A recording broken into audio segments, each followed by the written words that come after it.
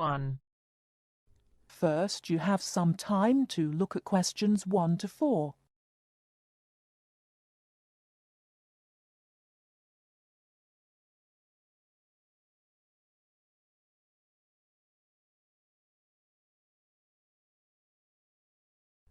Now we shall begin. You should answer the questions as you listen, because you will not hear the recording a second time. Listen carefully and answer questions 1 to 4. Global Bicycle Tours, may I help you? Yes, thank you. I'd like to sign up for a bicycle tour. Which tour were you interested in? We have the River Valley Tour coming up in June and the Mountain Tour in July. The River Valley tour is in June. I thought it was in May. It actually takes place the first week of June. Oh, I see. Well, I can still do that. The River Valley tour is the one I want. Splendid.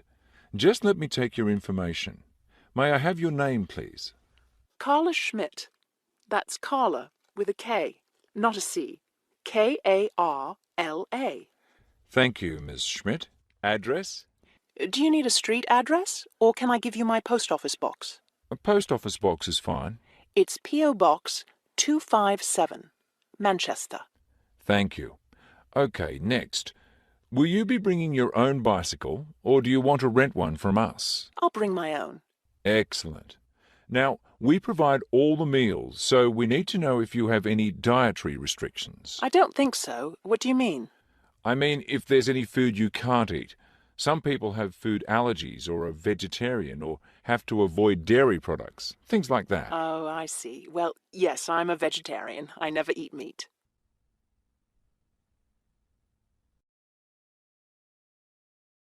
Before you hear the rest of the conversation, you have some time to look at questions 5 to 10.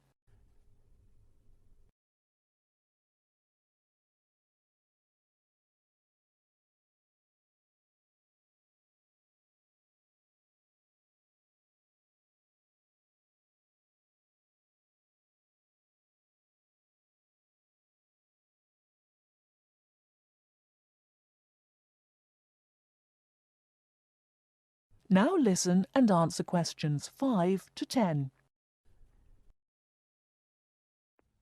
All right, I'll make a note of that. Now, the total cost of the tour is $750. That much? The price includes everything: food, hotel, transportation, everything. Everything? Yes, everything. The only other thing is you'll want to tip the tour guide. We usually recommend 5% of the total tour cost. A 5% tip. I guess that's reasonable. In order to reserve your space on the tour, I'll need a 30% deposit. Do you need that right away? We generally ask for the deposit at least 4 weeks before the tour begins. The River Valley tour begins, 6 weeks from now. So you'll need to pay the deposit in 2 weeks. I think I can do that. I wonder if you could tell me something. How will our luggage be transported? Do we carry it on our bicycles? No, you leave that to us. We have a van that carries your luggage from hotel to hotel each day, so you don't have to worry about it. Great. I have a luggage rack for my bike, but I guess I won't have to bring that. No, you won't. But there are a few items we recommend that you bring. We can't control the weather, so you should bring a raincoat or rain gear. Yes, that's a good idea. And I should have my own spare tire too, shouldn't I? Actually, you don't need that, as our guide always carries some. And of course, you won't need maps either, since our guide has the route all planned. What about a water bottle? I'll need that, won't I? Yes, you should definitely have a water bottle. A camera would be a good idea too, since that tour goes through some very scenic areas. I have a guidebook of that area. I wonder if I should bring it along. We don't recommend guidebooks. It would just be extra weight, and the tour guide knows a great deal about the area. Yes, I see. Is there anything else I need to know? I think we've covered the important points. I'll send you a tour brochure, and you can call again if you have any questions. Thank you very much.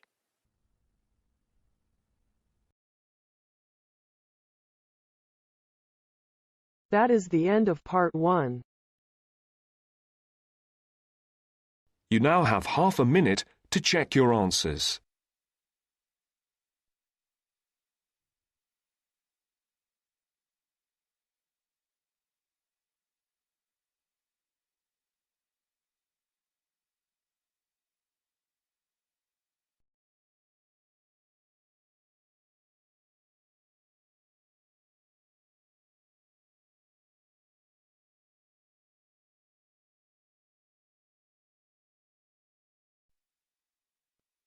Now turns to Part 2. Part 2. You will hear the Overseas Student Officer talking to some new students about the arrangements for an excursion to Ironbridge. First, you have some time to look at questions 11 to 15.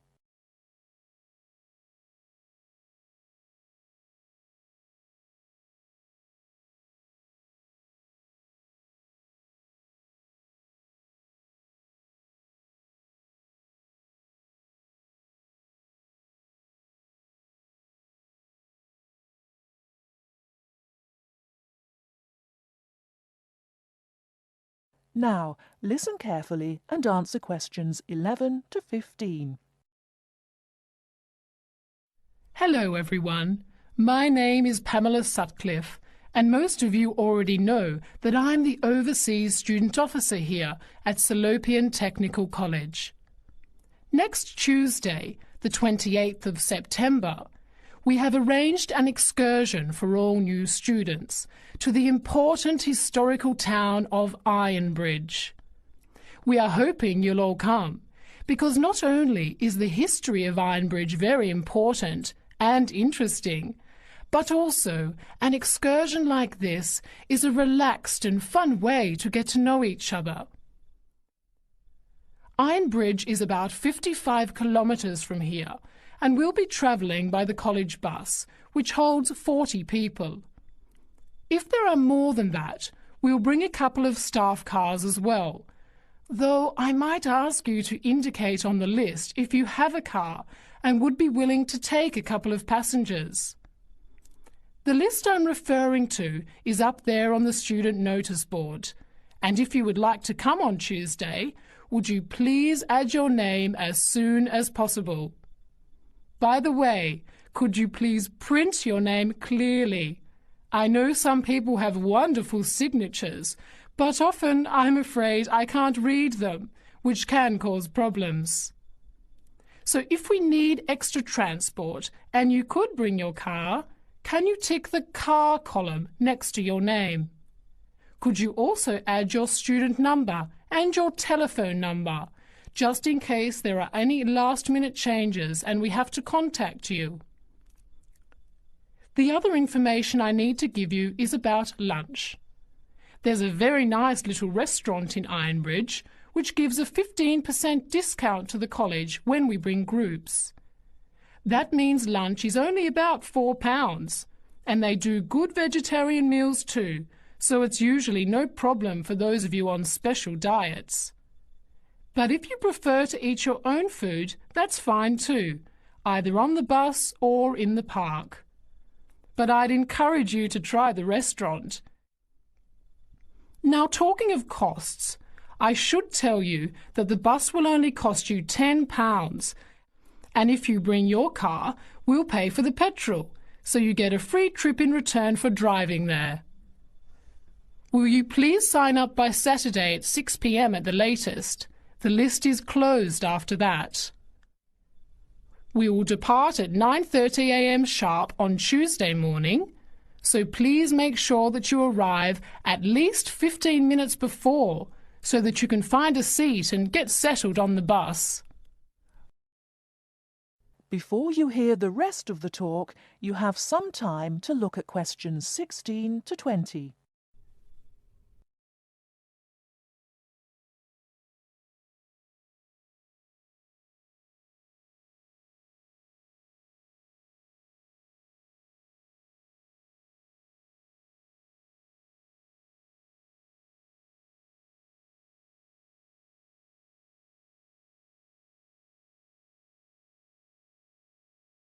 Now listen and answer questions 16 to 20. The college bus garage is behind the engineering workshop. It's quite easy to find. If you come here to the Student Union building, then walk east down the avenue until you get to the childcare centre on your left, and then turn left and walk past the sports centre and the tennis courts, which are both on your left. Cross over Central Square, and opposite you is the engineering workshop. Walk around the back and you'll see the bus.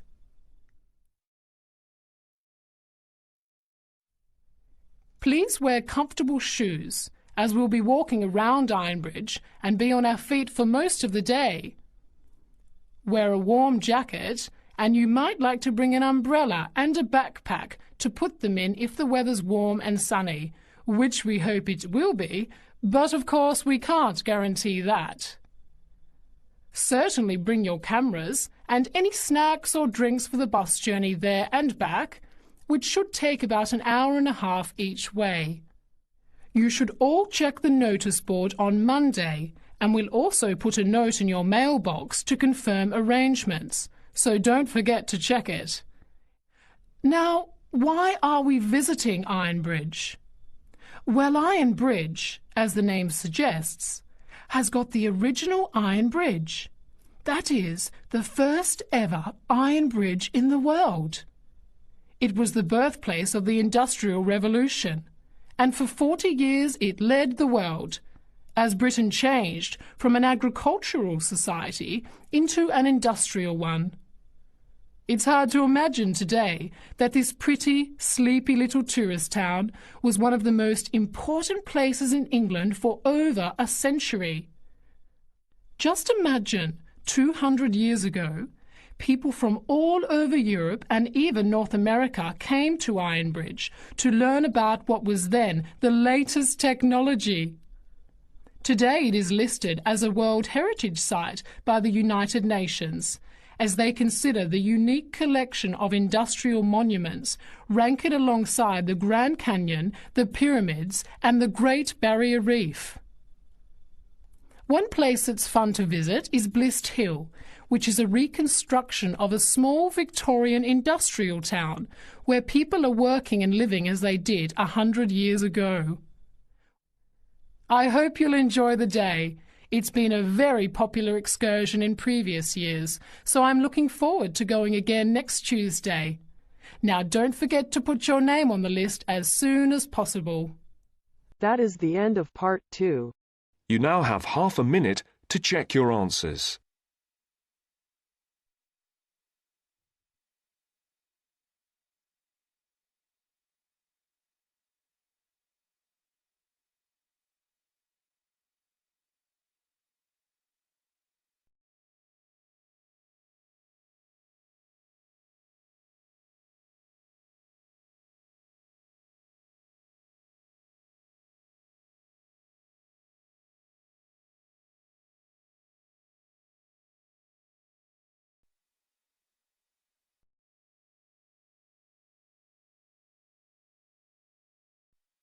Now turns to part 3.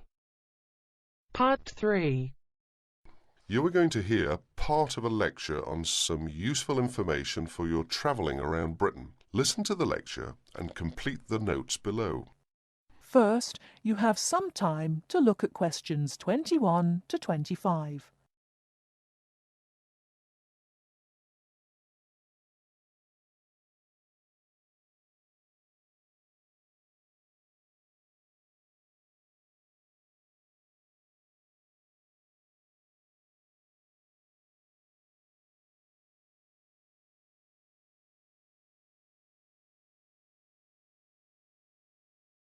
Now listen carefully and answer questions 21 to 25.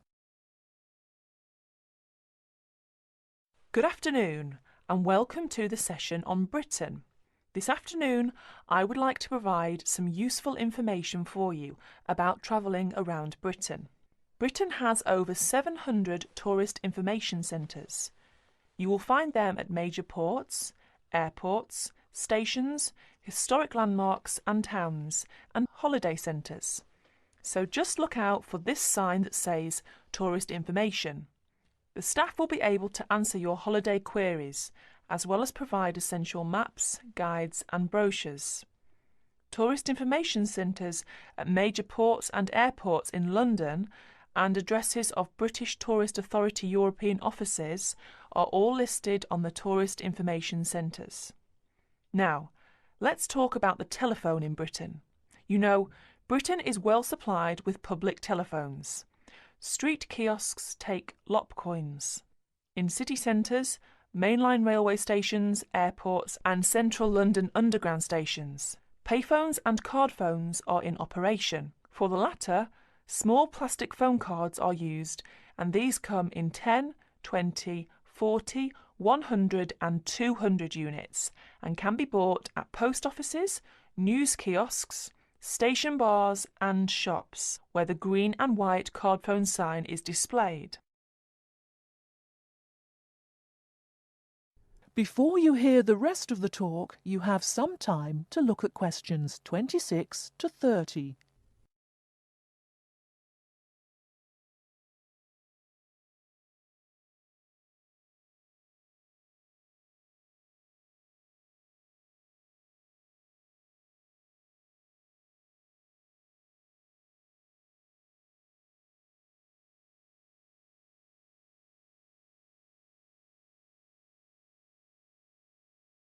Now listen and answer questions 26 to 30.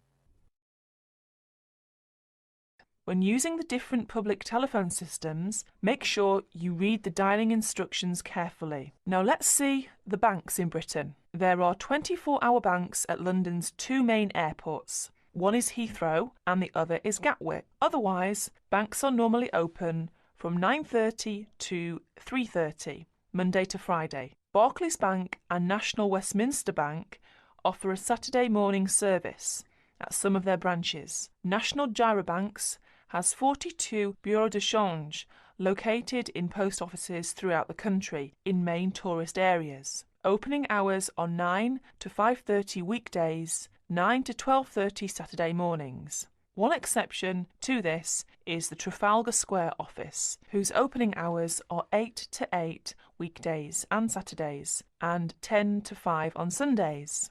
The Bureau de Change services are available to overseas visitors. Visitors can change their money there.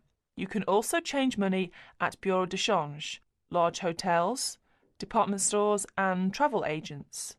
Be sure to check in advance the rate of exchange and the commission charged, as these vary considerably. Wherever possible, you are advised to use the bank or Bureau de Change, which conforms to the BTA Code of Conduct. In most cases, this is indicated by display of the code. That is the end of part 3. You now have half a minute to check your answers.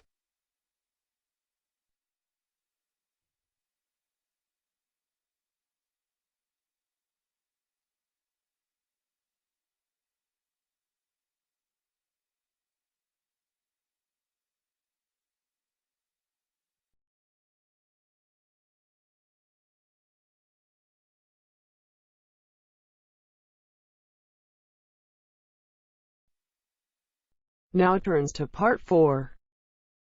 Part 4. You'll hear a lecture on human civilization. First, you have some time to look at questions 31 to 40.